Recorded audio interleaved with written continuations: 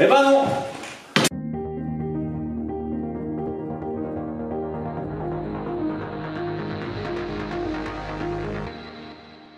L'hiver est là et cette année, tu as la chance de partir au ski. Alors les joies de la glisse, c'est super, mais par contre, tu sais qu'il y a quand même pas mal de blessures et qu'une bonne préparation physique peut s'imposer pour toi qui fais du sport de temps en temps ou a pris un petit peu de brioche. Et donc, il est important pour toi de comprendre les exercices clés qui vont t'apporter la réussite pour ne pas te blesser pendant ton séjour au ski. Alors d'abord, quelques chiffres. Il faut savoir qu'il y a entre 130 000 et 150 000 skieurs qui vont se blesser pendant une saison de ski dans l'ensemble des stations de ski françaises. Ça peut sembler beaucoup, mais ça représente moins de 5% des pratiquants de ski sur l'ensemble de la saison. Ceci étant, il peut y avoir des blessures qui peuvent être graves et certaines qui peuvent laisser des séquelles. Par exemple, le ski est à l'origine de 12 à 14 000 ruptures des ligaments croisés par an. Et ça, c'est une blessure qui peut laisser des séquelles, même après une opération et une rééducation bien menée. Alors la rupture des ligaments croisés, elle parvient souvent lors d'une chute ou d'une percussion, en général à faible vitesse, avec un mouvement de rotation interne, rotation externe du tibia et d'hyperextension de la jambe. Le pied restant fixé au ski. La skieuse, car en général, ce sont les femmes qui sont les plus particulièrement touchées par la rupture du ligament croisé, ressent un craquement au niveau du genou, un genou qui va gonfler rapidement, puis l'impossibilité de reprendre l'activité de ski, avec une sensation de genou qui part dans le vide. Pour les membres supérieurs, c'est essentiellement l'épaule qui est touchée, avec la fameuse luxation acromioclaviculaire, voire parfois fracture de clavicule, ou luxation de l'épaule. Ça se fait en général sur une chute sur l'épaule, alors c'est rarement très grave, mais ça va entraîner quand même une limitation et des douleurs qui peuvent traîner pendant des semaines. Et ensuite, une appréhension à reprendre l'activité sportive normale. Le traumatisme crânien, il est heureusement assez rare, ça représente 2 à 3% maximum de l'ensemble de toutes les blessures. Parce que ça se produit souvent lors d'un choc direct ou indirect sur une piste verglacée. Bon, maintenant, il faut savoir que le port du casque limite fortement les risques de traumatisme crânien. C'est pour ça qu'il est maintenant fortement recommandé, notamment lorsqu'on voit la densité de monde sur certaines pistes à certaines périodes de l'année. Donc ce qu'il faut retenir pour ceux que ça intéresse, c'est que la blessure la plus fréquente, c'est le genou, à peu près un tiers des blessures, suivi de l'épaule, du thorax et des côtes, du poignet et du traumatisme crânien. Parce que la fracture du poignet, c'est la plus fréquente en snowboard. Elle représente plus de 25% des blessures en snowboard, notamment chez les débutants. Alors rassurez-vous tout de même et n'annulez pas votre séjour, parce que les blessures dans l'ensemble représentent 2,35 blessures pour 1000 journées de ski cumulées. Vous retrouverez tous ces chiffres pour ceux que ça intéresse dans le dossier qu'on vous mettra en pièce jointe. Ok, maintenant je vais te montrer quelques exercices qui pourraient bien te sauver ton séjour au ski. Allez, c'est parti.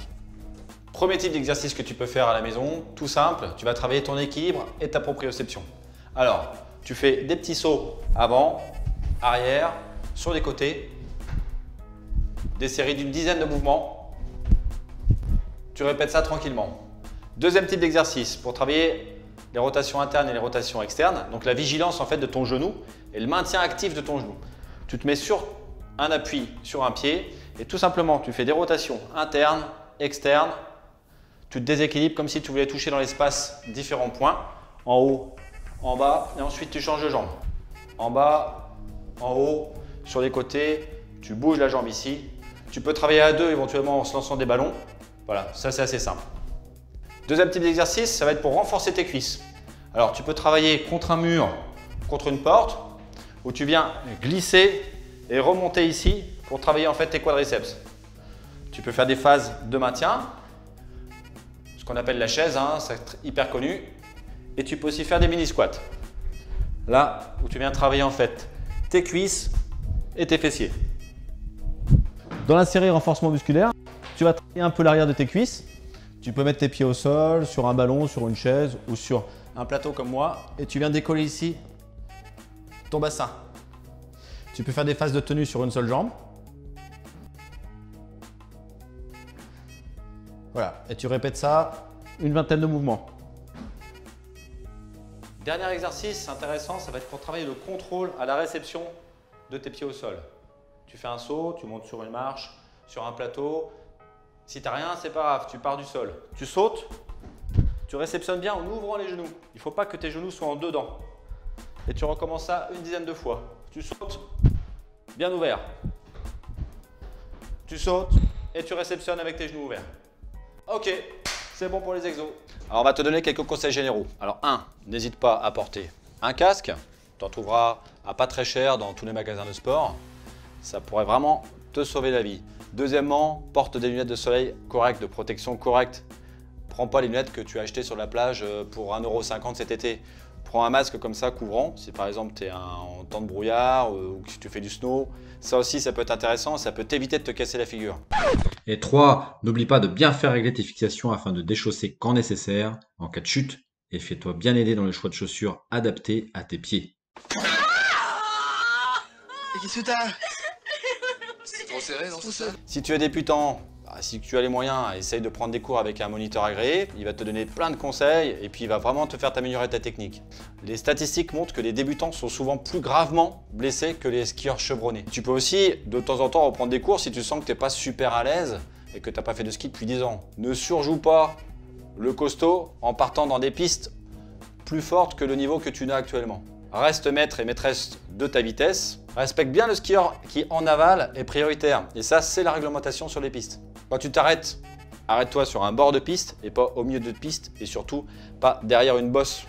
Parce que les skieurs qui arrivent en amont, ils vont pas te voir et ils vont pouvoir te percuter. Et comme disent les professionnels du ski, évite d'être à cul, c'est-à-dire les fesses en arrière en déséquilibre complet. Car cette position, elle est vraiment dangereuse pour ton genou et donc pour tes ligaments croisés.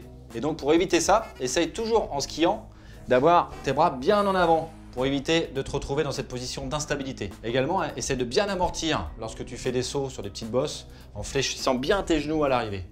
Et après une bonne chute, ne te relève pas, ne cherche pas à t'arrêter, à te relever tant que la glissade n'est pas finie. Et pour finir, ne va pas au-delà de tes limites. Si vraiment tu es fatigué, eh ben, tu retournes au chaud et tu vas boire un bon chocolat. Bon, j'espère que la vidéo vous a plu parce que là, on m'attend. Et donc, je vais faire bref. N'oubliez pas de liker, de vous abonner. Les petits commentaires en bas, on essaiera d'y répondre. Et puis on vous dit à bientôt. Moi, on m'attend. Allez, tchuss!